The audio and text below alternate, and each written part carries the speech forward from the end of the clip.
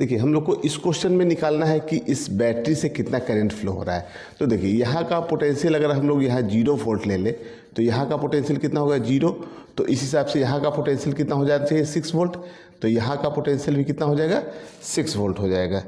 ये चीज़ समझ में आ रहा है ना। यहाँ का पोटेंशियल कितना हो जाएगा 6 वोल्ट, ठीक है ना। यहाँ का 0 है तो यहाँ का पोटेंशियल कितना हो जाएगा -2 वोल्ट होगा, ठीक है। अब देखिए इस रेजिस्टेंस से करंट कितना फ्लो करेगा। तो देखिए पोटेंशियल डिफरेंस कितने का होगा 8 वोल्ट का, है ना। 6 है -2 है तो यहाँ से जो करंट फ्लो होगा I = V/R, है ना। I जो होगा इसको चलिए I1 बोल देते हैं, V/R। तो V हो गया 8 और R कितना हो गया 2। तो इधर से कितना जाएगा 4 एम्पियर का करंट। मतलब इससे करंट कितना फ्लो हो रहा है 4 एम्पियर का हो रहा है।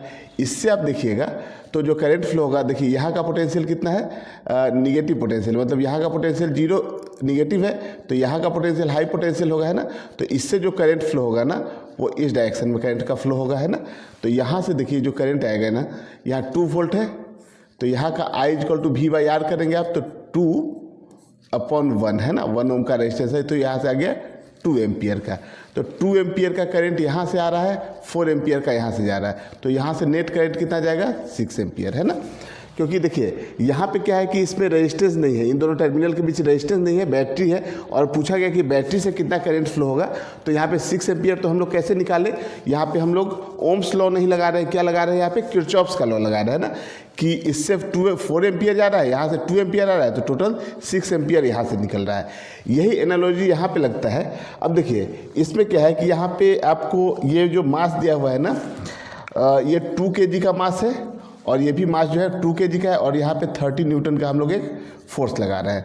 तो देखिए यहाँ पे 30 न्यूटन का फोर्स है तो यहाँ से कितना लगेगा 15 न्यूटन का इधर लगेगा फोर्स, ये समझ में आ रहा है ना। और 15 का इधर लगेगा तो यहाँ से देखिए ऊपर कितना लग जाएगा 50 न्यूटन का, ये चीज़ समझ में आ रहा है ना।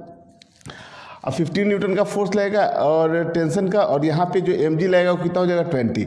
तो इसकी एक्सेलरेशन देखिए किधर होगी नीचे की तरफ होगी, नीचे की तरफ एक्सेलरेशन कितनी हो जाएगी। तो net force = mass into acceleration लगाएंगे आप तो नेट फोर्स देखिए 20 - 15 है ना, तो 5।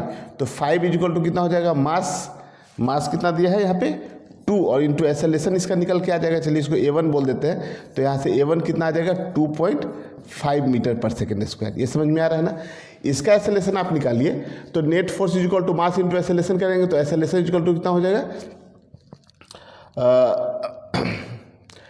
15/2, है ना, फोर्स अपॉन मास। तो यहाँ से आ जाएगा कितना 7.5 मीटर/सेकंड², ठीक है ना। ये कितना आ गया 7.5